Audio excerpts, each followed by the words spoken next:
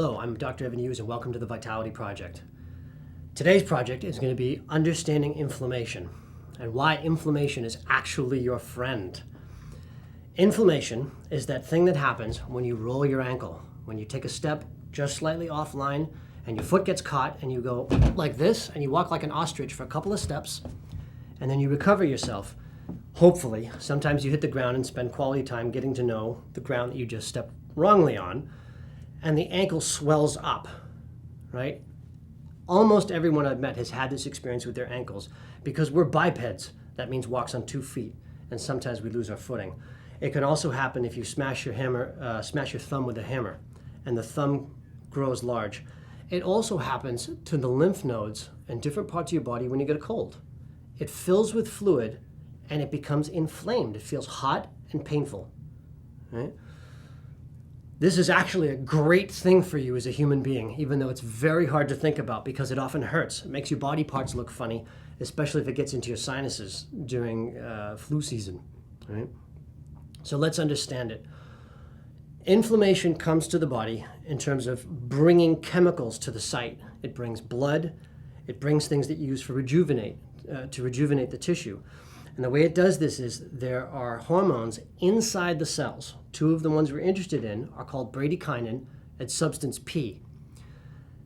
Anytime a cell breaks because it was either mechanically hit or it was cut, or perhaps there was some kind of a chemical insult in the form of a bacteria or something you ingested into your gut that your body didn't like, some of the cells begin to break. The biological term is called lysis, if you want to look it up.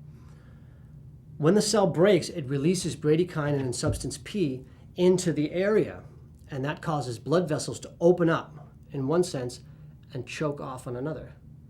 And what that does is it brings blood in there, and it begins to swell and back up. Just like putting a dam before a river, it becomes very large, right? The other thing that bradykinin and substance P do is they increase the heat of the area and increase the metabolism. What this does for the body is it speeds the response of the cells. And when you're talking about recovery, you want the body to be speedy and well organized. There was a chiropractor once who gave the analogy. He said, if you're shot in the chest, bang, and your body reorganizes in time, you live. If your body doesn't reorganize in time, you die. Now, that's a very dramatic example, but it happens on the microcellular level, on those smaller areas, all over the body. The faster your body can respond and the more resources it has to make that response, the more flawless and the stronger the healing. As the body brings the blood and it brings the tissue, brings the chemicals to the site, the cells that are broken are replaced. And you can imagine a repair crew on the cellular level taking out the broken stuff and putting a new cell in, right? The problem happens when the healing chemicals have been pulled out of the blood, the toxins and the debris from the damaged area, let's talk about the ankle, have been pushed into the bloodstream. Now you have a cesspool where the healing chemicals have already been taken out and the debris is there. This is where you have some of the most pain. This is where it becomes the inflammation becomes most detrimental. It's more acidic at that point, and it's actually preventing the healing. It's like trying to work in a dirty house or a dirty office. There's no room to work, and you can't get the new supplies in, right? Some people might think, well, that's the time for an anti-inflammatory. It's not the case. The research actually shows that an anti-inflammatory slows the healing process down. Why? Because it prevents the accumulation of inflammation in the first place. And so everything drains through, that's correct, but it doesn't stop the blood to allow that optimum and speedy exchange, which is how the body was designed in the first place. The analogy is like this. If you break your leg and you're in your house, and a friend of yours is in a minivan, and they come over to bring you groceries so that you can eat, they take your trash out, they're gonna park in your parking lot, or in your driveway, take everything out, smile at you, say a few words, and then they put the trash in the minivan and they drive off. If you didn't allow the inflammation to accumulate, it would be like telling your friend, listen, I want you to disconnect the brakes in the minivan before you drop the food off and before you pick up my trash.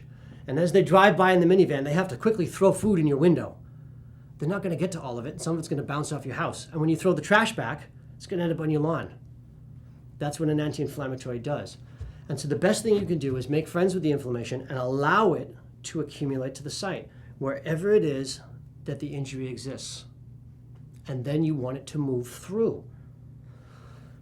The body will do this naturally if you don't do anything, but one way you can facilitate it, and the best way you can facilitate it, is movement. If I've injured my wrist, let's say that I sprained it playing some activity and it's become swelled, what I want to do is use a range of motion just within tolerance, just to the edge of the pain, to keep it moving like a pump. The only exception to this is a broken bone. If the bone is actually broken, it needs to be splinted in order for it to heal. But even in the case of a sprain and many injuries, gentle movement, carefully listening to the body and where its weaknesses are, paying close attention, you can move it, pump the inflammation through, and then allow new inflammation to accumulate at the site. This is one of the reasons they talk about using ice, on again, off again, is particularly on large body parts, they talk about 20 minutes on, 20 minutes off. On the smaller body parts, maybe 5 minutes on, 5 minutes off. The ice causes all the body parts to contract and shrink, much like New England winters. In the summertime, you tend to open up. The same thing is true on the cellular level and on the blood vessel level. The ice squeezes out the inflammation, allows it to travel through. The heat, or the lack of ice, will allow it to reaccumulate, and you continue with this. One of my crazy hobbies is I do medieval reenactments in armored combat. And at one point, I had an armor failure of the gauntlets, and I had broken a ring finger. There are a lot of nerve endings in your ring finger, by the way. And on the car ride home, this is in New York State, we're on our way back to Massachusetts, we had air conditioning, and I put my hand over the air conditioner and allowed it to cool. And I made a funny noise. I did not sound cool when I made that noise. But then I pulled it away and left it to my chest. And every 5 minutes, I moved back and forth, shutting down blood vessels and then letting them open. And that's how I spent my car ride. And my healing time was really good because I'm giving the cells what they need in order to heal and recover as fast as possible. Right? Another thing you can do, it's going to sound new agey, but it's very much grounded in a lot of neuroscience, is visualization. Particularly watching an activity that involves the body part that you injured.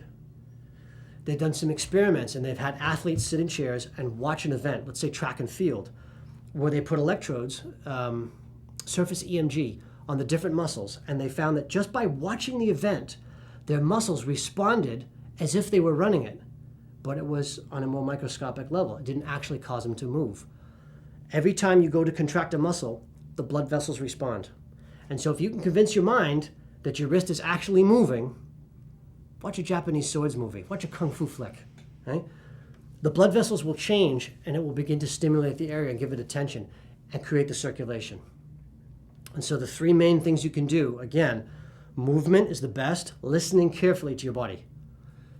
Ice and heat, on and off, allowing this open and close to allow the tide to come and go for the healing chemicals. And then the third one is visualization. Imagine that the body part is moving. My personal favorite is YouTube. There's a million fun things I can do to watch on there, and I love to watch it with my 4-year-old son, particularly Star Wars. Lastly, the more you can trust your body and give it the resources that it needs, things like chiropractic care, which open the body and cause it to settle and move into balance, eating really good foods for you. Sugar actually increases inflammation in the system. And so if you want a fast healing curve, decrease the amount of sugar. Drink plenty of water so you have good circulation, and do your best to relax. When your body is tight and stressed out, it slows the ability of the parasympathetic nervous system, or the peaceful side, to heal and activates the fight or flight. The more relaxed you can be, the more resource the body can then move around, and the inflammation will work faster. Inflammation is no fun to have, but I promise you, it is your friend. Whether it's moved into your digestive system, it's moved into your sprained ankle, or it's moved into the tendonitis by playing too many sports. Do your best to welcome it and to allow the body to work from the inside out. My name is Dr. Evan Hughes, and thank you for being with us for the Vitality Project.